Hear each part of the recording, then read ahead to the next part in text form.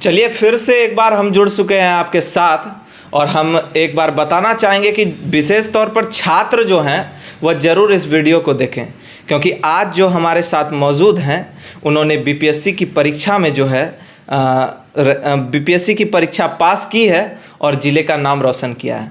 हमारे साथ इस वक्त स्टूडियो में निशा जी मौजूद हैं जिन्होंने बीपीएससी की परीक्षा पास की है और आज हमारे साथ वह मौजूद इसलिए हैं क्योंकि इनको भी और हमें भी कई सोशल मीडिया के माध्यम से हो चाहे कॉल के माध्यम से लोगों का मैसेज और कॉल जो है आया कि किस प्रकार जो है तैयारी करें, तैयारी करने का सटीक तरीका क्या है, कब करनी चाहिए तैयारी, और वो तमाम बातें जो सिविल सेवाओं से हो चाहे कंपटीशन की तैयारी से हो उससे जुड़ी हो। सबसे पहले हम आपको इनसे बात कराना समझते हैं कि इनका परिचय आप लोगों के लिए बहुत ज़रूरी है। दीदी आपका बहुत बहुत स्वागत है हमारे चैनल में। धन्यवाद आपका। मेरा नाम निशा है। मैंने इस बार 66 की जो परीक्षा हुई थी बीपीएससी की मैंने उसे पास किया है और मुझे उसमें रैंक मिला है, उसमें मुझे पोस्ट मिला है आरडीओ का। तो मैं सबसे पहले आप लोगों से क्षमा मांगना चाहूँगी क्योंकि आप लोगों ने बहुत लोगों ने मुझे कमेंट किया है कि मेरे को बताना ये स्ट्रेटजी बताइए कैसे आपने प्रिपरेशन किया। तो मैं अभी तक आपको नहीं बता पा रही थी, टाइम की कमी थी मेरे पास, एग्ज़ाम्स एक्चुअली आ रहा था मेरा, इसलिए मैं अभी तक कोई वीडियो नहीं बना पा रही थी। बट मैं अब आप लोगों को अपना सारा जो भी मैंने प्रिपरेशन जो भी स्ट्रैटेजी था वो मैं बताना चाहूँगी आप सभी को जिनको भी ये ज़रूरत है, जो भी आगे इसकी तैयारी करना चाहते हैं। दीदी पहले सवाल हमारा यह रहेगा, क्या बीपीएससी परीक्षा को पास करना ही आपका अंतिम लक्ष्य था या इसके आगे भी आपका कोई लक्ष्य? नहीं, ये मेरा अंतिम लक्ष्य नहीं है। मेरा मेन एम मेरा यूपीएससी क्लियर करना है, आईएएस बनना मेरा मेन एम है। बचपन से मेरा एक्चुअली वो एम है आईएएस बनना, तो मेरा ये लास्ट नहीं है। मेरा अभी मेन फोकस मेरा यूपीएससी है। तो तैयारी जो है चाहे वो हम सिविल सेवा की करें चाहे किसी भी कंपटीशन की परीक्षा की करें, सिर्फ पढ़ने वाले बच्चे इसकी तैयारी कर सकते हैं या जिनके अंदर यह इच्छा शक्ति है कि वह इस काबिल हैं वह इस तैयारी को कर सकते हैं? पहला सवाल हमारा यह रहेगा आपसे। नहीं, ऐसा नहीं है। जिसका मतलब जिन्होंने ठाना है कि मुझे आगे ये बनना है, मुझे ये करना है, तो वो डिपेंड नहीं करता पढ़ने में कैसे हो।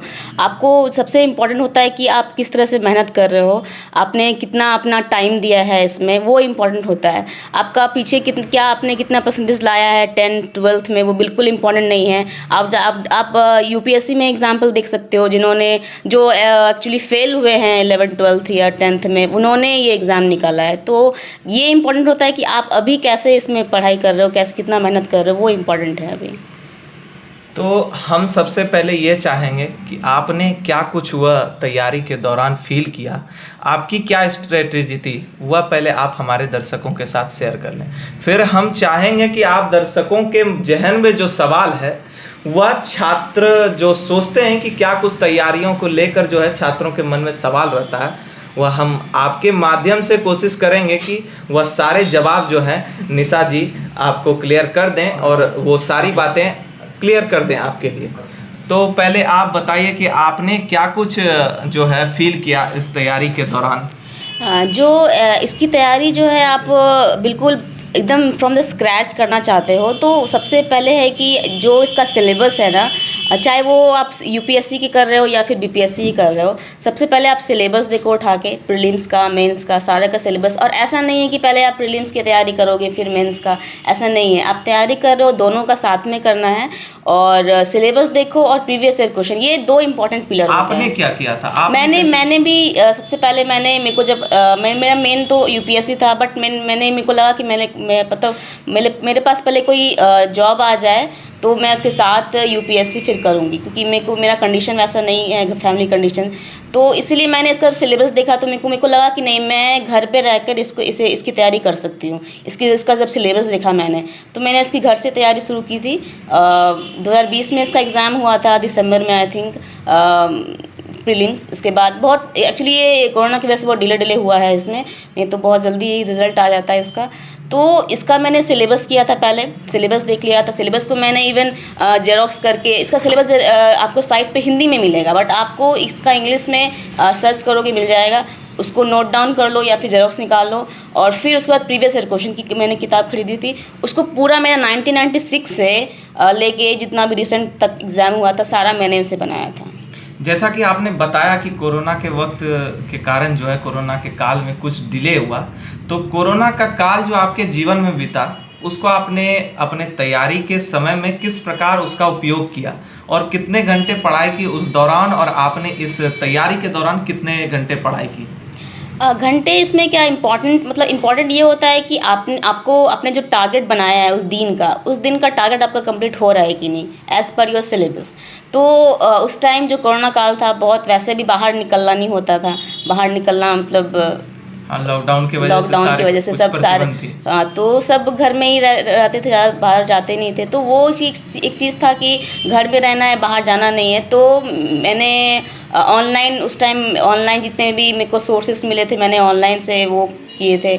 और काफ़ी घर में रह के, मतलब जितने मेरे को सोर्सेज जो भी मेरे को मिले, मैंने घर में ही सारे ऑनलाइन नोट्स बनाए मैंने।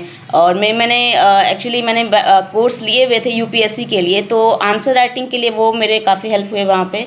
मैंने आंसर लिख के जो उसको भेजा था। आपने जो कोर्सेज की थी तो वो ऑनलाइन कोर्सेज की थी? हाँ, ऑनलाइन थी, वो भी बायजूस की कोर्सेज, क्योंकि उस टाइम ऑफलाइन बिल्कुल पॉसिबल नहीं था कहीं बाहर जाना। और इसलिए मैंने सोचा कि अब घर में हूँ, टाइम वेस्ट नहीं करना है, एग्ज़ाम देना ही देना है, तो उसके लिए प्रिपरेशन तो करना ही पड़ेगा मेरे को। तो इसलिए मैंने कोर्सेज ले ली थी बायजूस की, ऑनलाइन कोर्स। और उससे मैंने अपने जितने भी जो सिलेबस बीपीएससी के कवर हो सकते थे, उससे मैंने वो कवर किए। और आंसर राइटिंग फिर वहाँ से मैंने स्टार्ट किया, और मैं आंसर लिख के भेजती थी बायजूस को, और फिर वो मेरे को इवैल्यूएट करके भी देते थे। और फिर वहाँ से मेरा आंसर राइटिंग काफ़ी इंप्रूव हुआ था, क्योंकि आंसर राइटिंग काफ़ी इंपॉर्टेंट होता है मेंस एग्ज़ाम के लिए। तो आंसर राइटिंग आपको, जब आप प्रिपरेशन स्टार्ट कर रहे हो, सिलेबस आधा कंप्लीट कर लो, तब तक फिर उसके बाद आप आंसर राइटिंग स्टार्ट कर सकते हो। और आंसर राइटिंग करना इंपॉर्टेंट है जब आप प्रिपरेशन स्टार्ट करते हो उसके साथ ही। सबसे पहला सवाल जो छात्रों के जहन में होता है तैयारी को लेकर, वह यह रहता है कि कब करनी चाहिए सिविल सेवाओं की तैयारी या किसी भी कंपटीशन की परीक्षा की तैयारी जो है, कब करनी चाहिए? एक्चुअली इसका ये बहुत लंबा टाइम होता है इसका प्रिपरेशन का। ऐसा नहीं है कि आप 1 साल करोगे निकल जाएगा। तो इसमें चूँकि बहुत वास्ट सिलेबस है, बहुत। तैयारी की शुरुआत कब करनी चाहिए हम यह? तो उसकी शुरुआत जो है, अगर आप ग्रेजुएशन में हो तभी से आप स्टार्ट कर दोगे तो काफ़ी बढ़िया रहता है। मतलब आपका जो बेसिक चीज़ है उस टाइम वो चीज़ क्लियर कर लेना चाहिए। जैसे एनसीईआरटीज़ वगैरह पढ़ना है, इसमें एनसीईआरटी वगैरह पढ़ना है, हिस्ट्री का, पॉलिटी का, ज्योग्राफी का। तो वो सब आप ग्रेजुएशन से अगर स्टार्ट करोगे प्रिपरेशन, तो वो उस टाइम आप कंप्लीट कर लोगे। उसके बाद फिर जो स्टैंडर्ड बुक्स है वो आप जब आप फाइनली प्रिपरेशन करते हो तो स्टैंडर्ड बुक से फिर आप पढ़ सकते हो। तो ग्रेजुएशन के टाइम से ही इसका प्रिपरेशन करने से ज़्यादा बेहतर है। अब जो छात्र 10वीं में है या 12वीं में है, उनके भी जहन में कहीं ना कहीं यह बातें आती है। उन्होंने भी अपना लक्ष्य जो है, कहा जाता है कि 10वीं में आने के बाद जो है छात्र अपना लक्ष्य तय कर लेते हैं कि हमें जीवन में क्या करना है। अगर उन्होंने सोचा है कि हमें सिविल सेवाओं की तैयारी करना है, तो खास करके 10वीं और 12वीं के छात्रों को आप क्या सलाह देना चाहेंगे? हाँ, तो उन्होंने अगर ऐसा एम रखा है कि सिविल सर्विसेज में ही जाना है, या फिर कोई भी बैंकिंग या फिर एसएससी एग्ज़ाम, तो उस टाइम आप जो 10th का सिलेबस है, 10th में जो है वो उसको अच्छे से पढ़ो। 12th में जो भी आपको, अगर आपको ऐसा नहीं है कि सिविल सर्विसेज में जाना है तो ह्यूमैनिटीज़ ही लेना है, आर्ट्स ही लेना है, आप साइंस लेके भी आगे जा सकते हो। क्योंकि इंजीनियरिंग के स्टूडेंट्स भी इसमें आते हैं, सिविल सेवा में वो भी एग्ज़ाम देते हैं इसका, इंजीनियरिंग पढ़ के आते हैं वो इस चीज़ में, और वो काफ़ी उनको हेल्प भी होता है इसमें। तो इसमें कोई रिस्ट्रिक्शन नहीं है कि आप 12th में आ रहे हो तो साइंस ना लें, आर्ट्स लें। आपको जिसमें इंटरेस्ट है 12th में या 10th में, तो सारा ही सब्जेक्ट पढ़ना होता है। 12th में जिसमें आपको इंटरेस्ट है वो आप पढ़ो। तो इवन ग्रेजुएशन में भी ऐसा रिस्ट्रिक्शन नहीं है कि अगर आप सिविल सेवा में जा रहे हो तो ह्यूमैनिटीज़ ही लेके चलना है। आपको साइंस लेके पढ़ना है, जिसमें इंटरेस्ट है वो पढ़ो। तो क्योंकि ग्रेजुएशन में जो आप पढ़ते हो वो काफ़ी हेल्पफुल होता है आपका ऑप्शनल सब्जेक्ट के लिए आगे जाके सिविल सेवा में। तो 10th-12th के वह जो छात्र हैं वह अपने कोर्स के पढ़ाई के साथ साथ किस प्रकार इस तैयारी को जो है वह वहाँ से शुरू कर सकते हैं या जारी रख सकते हैं? हाँ, ये कर सकते हैं, क्योंकि वो जो है आपका बेसिक है। 10th में आप 10th का अगर आप देखोगे, साइंस चाहे एसएसटी हो कुछ भी हो, वो सारा चीज़ क्या होता है, बेसिक आपका फॉर्म करता है। तो वो 10th में जो आपको पढ़ाया जा रहा है वो एकदम बिल्कुल अच्छे से पढ़ना है। और फिर 12th में भी जाके सारा, क्योंकि ये सब क्या है ना, बेसिक चीज़ें हैं। अगर ये आपको क्लियर नहीं होगा तो आगे जाके आप उसके ऊपर बिल्डिंग जो है क्रिएट नहीं कर सकते हो। तो इसलिए वहाँ पर आप अपना बेसिक पढ़ रहे हो, बेसिक क्लियर रखो ताकि आगे जाके उस पर आप बिल्डिंग फॉर्म कर सकते हो। आपने कहा कि एनसीईआरटी जो है उसके बेसिक्स को क्लियर रखें, लेकिन देखा जाता है कि प्राइवेट स्कूल्स में जो छात्र पढ़ते हैं वह कहीं ना कहीं एनसीईआरटी को जो है उनके स्कूलों में उतनी प्रभुता नहीं दी जाती है, उतनी इम्पोर्टेंस नहीं दी जाती है कि वो एनसीईआरटी को पढ़ें। उन्हें इसके बदले आर.डी. शर्मा, चाहे आप बात करें सेलिना पब्लिशर, चाहे बात करें आप अंडरस्टैंडिंग, ये सारी किताबें की ओर उन्हें रुख कराया जाता है। कहीं ना कहीं इस पर क्या कहना चाहेंगे कि प्राइवेट स्कूलों को जो है ज़रूरत है एनसीईआरटी को देखने की? हाँ, जैसे आप बोल रहे हो कि सेलिना, ये जनरली आईसीएसई का पब्लिकेशन है, तो आईसीएसई बोर्ड ये फॉलो करते हैं।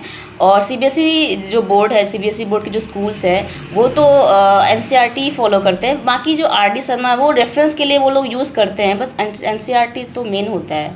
वो अभी गवर्नमेंट ने भी ऐसा कर दिया है कि एनसीईआरटी तो चलाना ही चलाना है, एनसीईआरटी तो पढ़ाना ही है।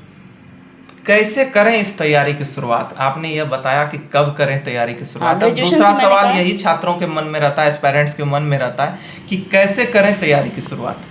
बिल्कुल, ये जो मैंने कहा कि अगर आप जैसे ग्रेजुएशन से स्टार्ट कर रहे हो आप पढ़ना कि मेरे को सिविल सेवा में जाना है, तो सबसे पहले जो है आपका कि वो एनसीईआरटी जो पढ़ना है आपको। एनसीईआरटी अगर आपने पहले पढ़ा है तो उसको एक बार रिवाइज़ कर लो, ताकि आपका बेसिक क्लियर है, ताकि आप आगे स्टैंडर्ड बुक्स पढ़ो तो आपको समझ में आए। क्योंकि आप डायरेक्ट जंप करोगे स्टैंडर्ड बुक्स पे, जो कि स्पेक्ट्रम है या फिर लक्ष्मीकांत है, तो थोड़ा सा आपको समझने में दिक्कत होगी, खासकर इकोनॉमिक्स वगैरह जो है। तो इसलिए एनसीईआरटी क्यों पढ़ने के लिए बोला जाता है ना, एनसीईआरटी जो है उसमें जो भी चीज़ें दी गई है ना, उससे आपका थोड़ा सा क्लियर होगा कॉन्सेप्ट।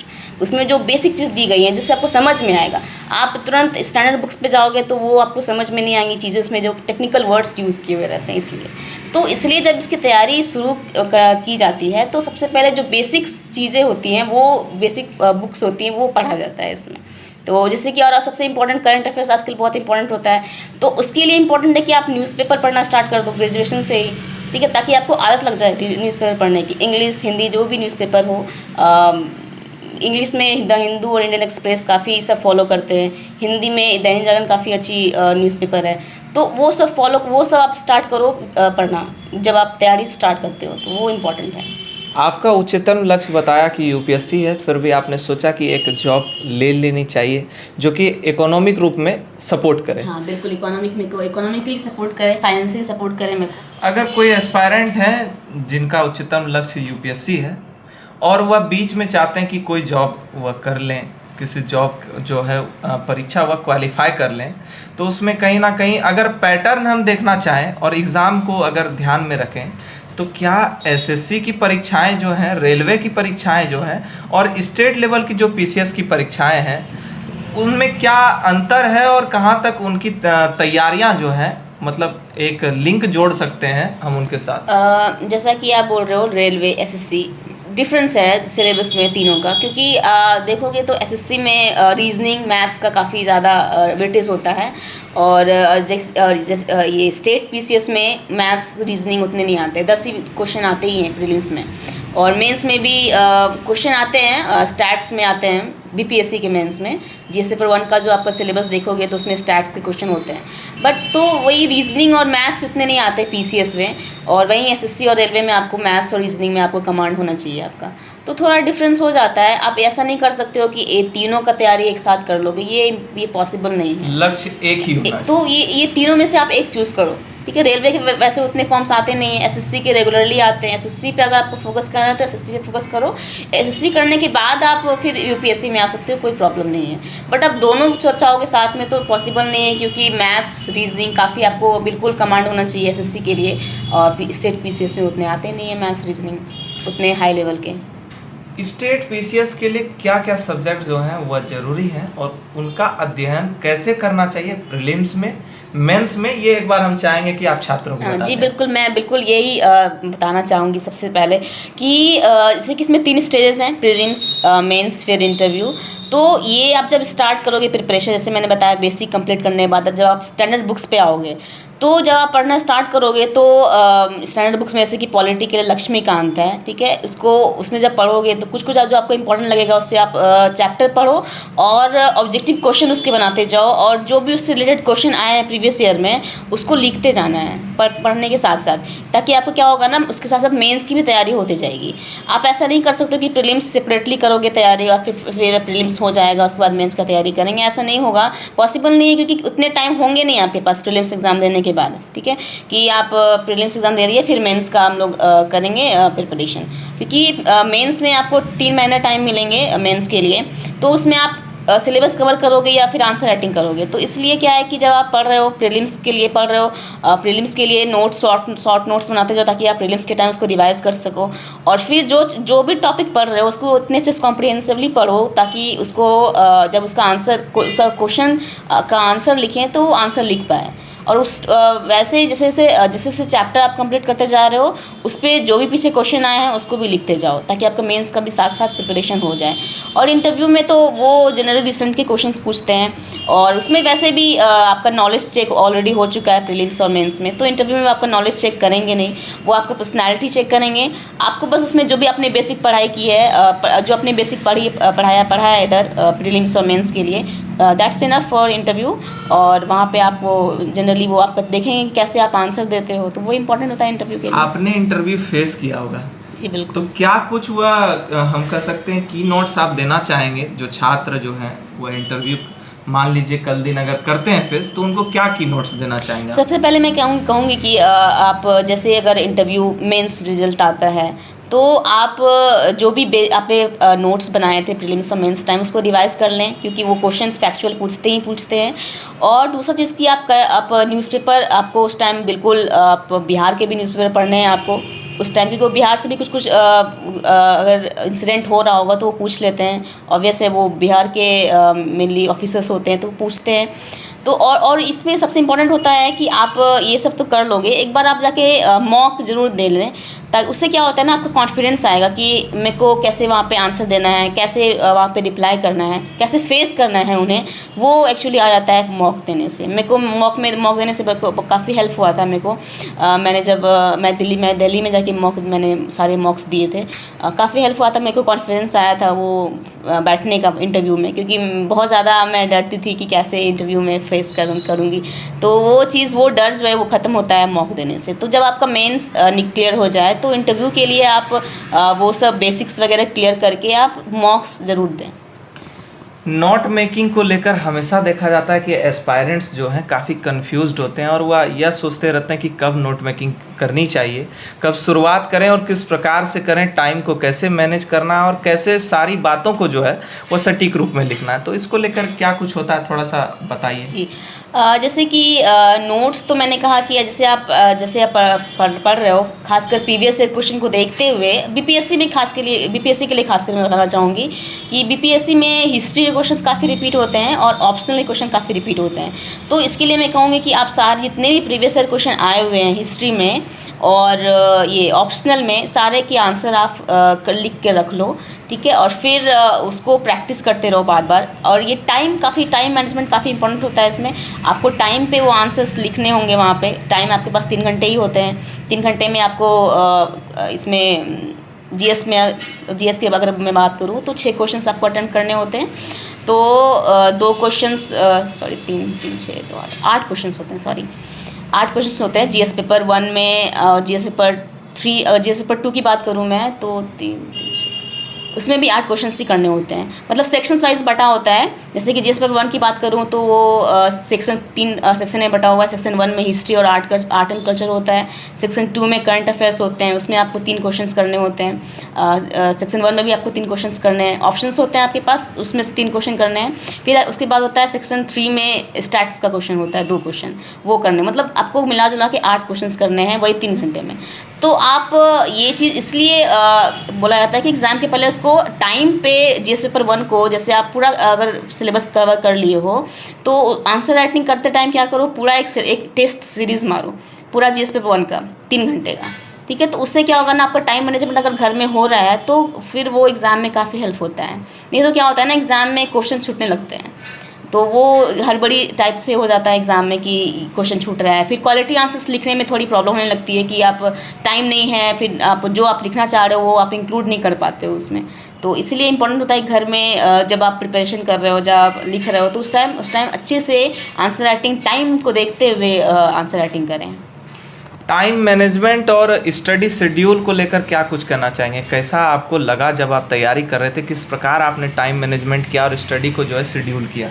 जी, बिल्कुल, जैसे कि मेरा अगर मैं कहूँ अपनी बात कि मैं अपना सुबह एक दिन कैसे स्टार्ट करती थी, मैंने अपना शेड्यूल बनाया था कि ये कैसे-कैसे आज पढ़ना है। तो जैसे मैं सुबह ही उठती हूँ 4 बजे, मेरी आदत है, मेरे पापा ने आदत लगाई है। तो सुबह 4 बजे सबसे पहले उठ के तो वो मैं सुबह क्या होता है ना, आपका बिल्कुल माइंड फ्रेश होता है, तो उस टाइम वो मैं चीज़ें पढ़ती थी जो याद करने वाली चीज़ें होती थी। जैसे ख़ासकर हिस्ट्री वगैरह, उसमें आपको बिल्कुल याद करने वाली चीज़ें हैं वो।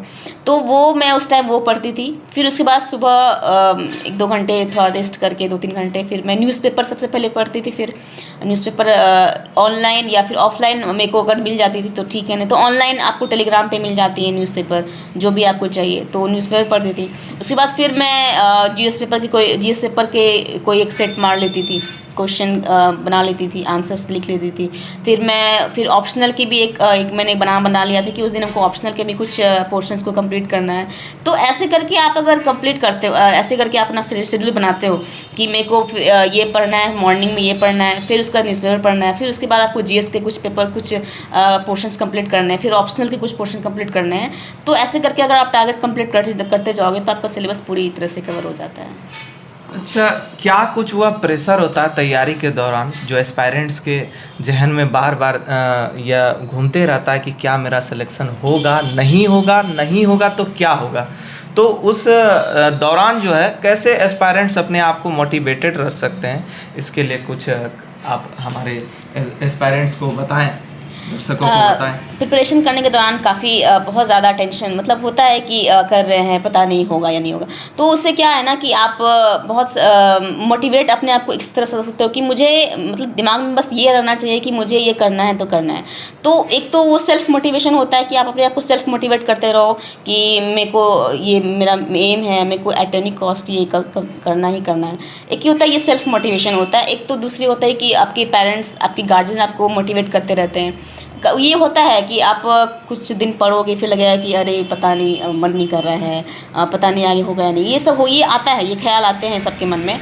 तो ये क्या होता है ना, फिर आप दूसरे को देखोगे या फिर आप किसी के जो जिन्होंने निकाला है उनका वीडियोस देख लो, तो थोड़ा सा मेरे को तो इसी से मोटिवेशन मिलती है। मैं कभी कभी डिमोटिवेट हो जाती थी तो मैं यूट्यूब पे निकाल के देखने लगती थी किसी की वीडियोस जिन्होंने निकाला है, तो उससे बहुत मोटिवेशन मिलता है। मेरे को ऐसे मोटिवेशन मिलता था। और दूसरा मोटिवेट करने का तरीका ये है कि आपने अगर ये ठाना है मुझे ये करना है, तो उससे भी सेल्फ मोटिवेशन मिलता है कि मुझे तो ये निकालना ही निकालना है, अब चाहे कैसे भी निकालना है। मतलब जो असफल हैं उनको भी आप यह करना चाहती हैं कि हार नहीं मानना है। बिल्कुल।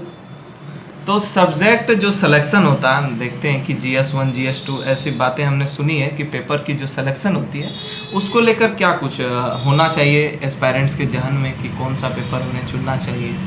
हाँ, जैसे कि GS पेपर 1-2 तो कंपलसरी होता है, वो आपको सारे स्टूडेंट्स देते हैं। तीसरा जो होता है ऑप्शनल पेपर आपका UPSC में भी होता है।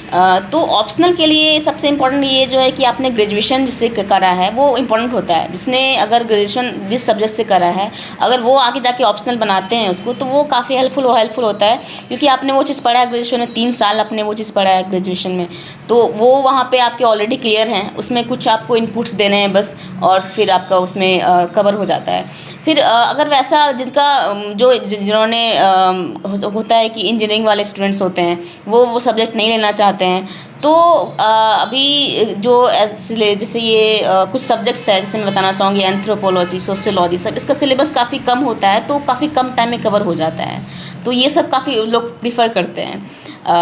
खैर, जो मैं अपनी सब्जेक्ट्स की भी बात करना चाहूँगी, ज्योग्राफी भी काफ़ी इंटरेस्टिंग है। मेरे को ज्योग्राफी काफ़ी इंटरेस्टिंग लगती थी, इसलिए मैंने ग्रेजुएशन में भी ज्योग्राफी को प्रीफर किया था। तो ज्योग्राफी भी काफ़ी सबका पसंदीदा सब्जेक्ट होता है, काफ़ी लोग लेते हैं ज्योग्राफी। आप देखोगे UPSC में अधिकतर लोगों का जो चॉइस होता है ऑप्शनल का, वो ज्योग्राफी होता है। इंजीनियरिंग वालों का भी होता है ये, जो जिन्होंने इंजीनियरिंग से पास किए उनका भी सब्जेक्ट होता है ज्योग्राफी। तो ज्योग्राफी ऐसा सब्जेक्ट है जिसमें कि आप जब आंसर करते हो ना, तो उसमें आपको फ्लो चार्ट, मैप्स, काफ़ी चीज़ें मिल जाती हैं आंसर लिखने में, जिससे कि आप आंसर पूरी तरह से अच्छे से लिख पाओगे। तो ज्योग्राफी एक ऐसा सब्जेक्ट है जो काफ़ी इंटरेस्टिंग है, पूरे वर्ल्ड के बारे में उसमें आपको जानने को मिलता है। तो मेरे को काफ़ी इंटरेस्टिंग लगता है ज्योग्राफी, इसलिए मैंने इसे चूज़ किया था। जब आप बीपीएससी की परीक्षा पास कर ली तो उसके बाद समाज में या आपके परिवार में वो क्या खुशियाँ देखने को मिली या क्या बदलाव मिला, वह एक बार हमारे दर्शकों के साथ साझा करें। जी बिल्कुल, पूरे मतलब मेरा बिल्कुल बैकग्राउंड नहीं है कि किसी ने ये एग्ज़ाम निकाला हो या फिर यूपीएससी का एग्ज़ाम निकाला हो। तो मेरे पूरे फैमिली में ऐसा है कि मतलब मेरे पापा ने ये बोला था कि आईएएस बनना है, आईएएस बनना है, तो उनके ये चीज़ को लेकर मैं आगे बढ़ी। और पूरी फैमिली में किसी फैमिली मेम्बर्स ये या मतलब इस पोस्ट पे नहीं है, तो सारे बहुत खुश हुए कि हमारी फैमिली से इस सेक्टर में आए हैं, सिविल सेवा में में पास किया है ये एग्ज़ाम। तो सब काफ़ी खुश में मैं जब गांव गई तो सब गांव वाले काफ़ी खुश थे। वो आए थे, उन्होंने मम्मी वहाँ पे हम लोगों ने एक्चुअली सबको मिठाई उठाई बांटा था, तो सारे बहुत खुश थे। काफ़ी उन लोग को प्राउड फील हो रहा था, वो काफ़ी खुश होके सब आके बधाइयाँ दे रहे थे। तो पूरी फैमिली मेम्बर्स सारे सबने मुझे बधाई दी, सारे काफ़ी खुश थे, सबको काफ़ी प्राउड फील हो रहा था। तो मुझे भी प्राउड फील हो रहा था कि सबको मैंने प्राउड फील कराया है। तो काफ़ी खुशी की बात थी और काफ़ी अच्छा माहौल बना था उस टाइम जब मेरा रिज़ल्ट आया था। तो 2-3 दिन तक तो खैर मेरे को पता नहीं चला था। मैं काफ़ी फोन आए, काफ़ी बिल्कुल, मैसेजेस और काफ़ी लोग घर पे भी मिलने आए हुए। जी बिल्कुल। एक आखिरी सवाल पूछना चाहेंगे। आज का युग देखा जाता है कि सोशल मीडिया का युग है, और यह भी देखा जाता है कि छात्र जो हैं 10वीं पास करते ही शायद कहीं ना कहीं सोशल मीडिया से जुड़ जाते हैं। तो सोशल मीडिया को लेकर आप एस्पायरेंट्स के लिए क्या कुछ टिप्पणी करना चाहेंगे? बिल्कुल, मैं कहना चाहूँगी कि उससे दूर ही रहे। मतलब सॉरी, नहीं, एक्चुअली मेरा क्या है कि मैं ये सब से बहुत हमेशा से दूर रही हूँ। मेरे को मेरा एबी अकाउंट है, फेसबुक का अकाउंट है मेरा, बट मैं उसे बहुत ही कम यूज़ करती हूँ। और मैंने 2-3 साल से वैसे उसे यूज़ ही नहीं किया है। बीच में कभी कभी खोला है, ऐसे ही कभी ज़रूरत पड़ा है, तो वैसे मैं उसे यूज़ नहीं करती ज़्यादा। और व्हाट्सएप भी बहुत ही कम यूज़ करती हूँ। तो सोशल मीडिया से मेरा दूर रहने का सबसे इम्पोर्टेंट मतलब मेन रीज़न यही है कि उसमें आपको तरह तरह के डिस्ट्रैक्शंस मिलेंगे। मतलब सच में क्या यह डिस्ट्रैक्शन और वेस्टेज ऑफ टाइम है सोशल मीडिया? बिल्कुल, क्योंकि आप उसमें आप चाहे ज़रूरी नहीं है उसमें चैटिंग के थ्रू ही वेस्ट होता है टाइम। उसमें आपको वीडियोज़ आते रहेंगे तो आपको लगेगा कि अच्छा थोड़ा देर और देख लेते हैं, थोड़ा देर और देख लेते हैं। तो ये जो होने लगता है ना, फिर ये this is the wastage of time. So that's why I am saying कि ये वेस्टेज ऑफ टाइम है फेसबुक और व्हाट्सएप वगैरह जो भी। व्हाट्सएप पे भी उसमें कोई ऐसे चैटिंग वाला ऐप है, वो मैं मानती हूँ, बट उसमें भी स्टेटस वगैरह आएंगे तो मैं इसलिए मैं उससे दूर रहती हूँ कि वो स्टेटस वगैरह चेक करने लगती हूँ मैं, फिर किसका क्या है, फिर मैं भी लगाने लगती हूँ। तो फिर ये क्वेश्चन आने लगते हैं, मैसेज वगैरह आने लगते हैं, तो वो टाइम वेस्टेज फिर वो वहाँ पे चला जाता है। आपने जो अपने बांधा है कि मुझे ये करना है, ये पढ़ना है, फिर वो कंप्लीट नहीं हो पाता है इस चक्कर में कि सबको रिप्लाई करने में। फिर आपको वो कुछ बोलेंगे, फिर आपको कुछ बोलना होगा, तो this is all the wastage of time, मेरे को लगता है ये चीज़। तो निशा जी, आपका बहुत बहुत धन्यवाद हमारे साथ जुड़े रहने के लिए और वह तमाम सवालों का जवाब देने के लिए। लेकिन एक बार हम चाहेंगे कि आप नोट्स जो हैं, कैसे आपने नोट मेकिंग की, वह दिखा दें एक बार, ताकि जो गोड्डा से एस्पायरेंट्स हैं या जो आपको देख रहे हैं वह इसको लेकर कुछ नोट कर सकें।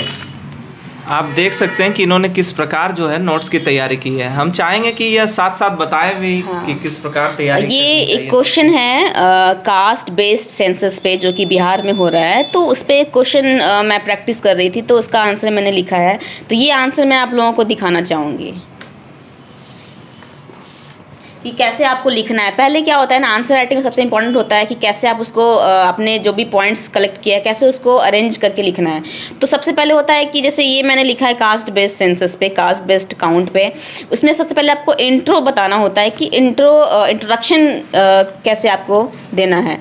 तो इंट्रो में सबसे आपको पहले जो भी आपको पूछ रहा है ना, सो वो चीज़ आप पहले बताओ यहाँ पे इंट्रो में कि जैसे कि ये कास्ट बेस्ड सेंसस है, तो मैंने इसमें सबसे पहले लिखा है कि सेंसस क्या होता है। उसके बाद फिर मैं आगे उस पर वो चीज़ लिखने के बाद फिर मैंने आगे लिखा है कि कास्ट बेस्ड सेंसस क्या होता है, दोनों में डिफरेंस क्या है, क्योंकि क्वेश्चन में यही पूछा है कि caste based count how is it is different from census of India. तो पहले मैंने सेंसस को लिखा, फिर मैंने दोनों का डिफरेंस बताया, फिर उसका जो पॉजिटिव और निगेटिव एस्पेक्ट्स है फिर मैंने वो एक्सप्लेन किया है आगे के आंसर में। तो वो आपको ये चीज़ अरेंज करना होगा आंसर को कि पहले इंट्रो में इंट्रो लिखना है, इंट्रोडक्शन लिखना है, फिर उसका बॉडी पार्ट लिखना है, फिर उसके लास्ट में आपको कंक्लूड करना होता है। तो ऐसे स्ट्रक्चरिंग करना होता है आंसर को। ऐसे लिखने से काफ़ी मतलब इंप्रेशन अच्छा बनता है। और सबसे इंपॉर्टेंट इसमें होता है कि अगर आप आगे लिख रहे हो तो जो आपको लग रहा बताया अंडरलाइन करने का, उसको अंडरलाइन कर लो, या फिर कुछ पॉइंट्स हैं उसको आप अगर फ्लो चार्ट में दिखाना चाहते हो, जैसे कि मैंने यहाँ पे जो पॉजिटिव एस्पेक्ट्स है मैंने उसको फ्लो चार्ट में दिखाने की कोशिश की है, फिर मैंने उसे एक्सप्लेन किया है नीचे, फिर मैंने ऐसे नेगेटिव एस्पेक्ट्स को भी फ्लो चार्ट के थ्रू दिखाया है। तो इस तरह ये फ्लो चार्ट वगैरह जो होते हैं ना काफ़ी अच्छा इंप्रेशन डालते हैं एग्जामिनर पे जो कॉपी चेक करते हैं। तो हम चाहेंगे कि आखिरी बार जो है आपका चयन जो है बीपीएससी में हुआ है, कितना रैंक आया है और किस पद पर आपका चयन हुआ है, यह एक बार बता दें। जी मेरा जो चयन हुआ है रूरल डेवलपमेंट ऑफिसर के पोस्ट के लिए हुआ है और मेरा रैंक 567 हुआ है इस बार। तो आपने देखा हमारे साथ निशा जी थी जिन्होंने बीपीएससी का एक परीक्षा जो है वह क्वालिफाई किया और ज़िले का नाम रोशन किया। तो हमने प्रयास किया कि वो सारे सवाल जो है इस छोटे से समय में हम उनसे पूछ लें, और अगर किन्हीं छात्रों को मन में फिर भी कोई डाउट होती है तो वह हमारे इस पोस्ट के बाद हमारे कमेंट सेक्शन में आप कमेंट कर सकते हैं, और हमारा यह प्रयास रहेगा कि आप जो सवाल पूछते हैं उसका जवाब आपको मिल पाए। इस तरह की बेहतरीन अपडेट्स के लिए बने रहें हमारे साथ। आप देख रहे हैं जिला टॉप, मैं हूं आदर्श।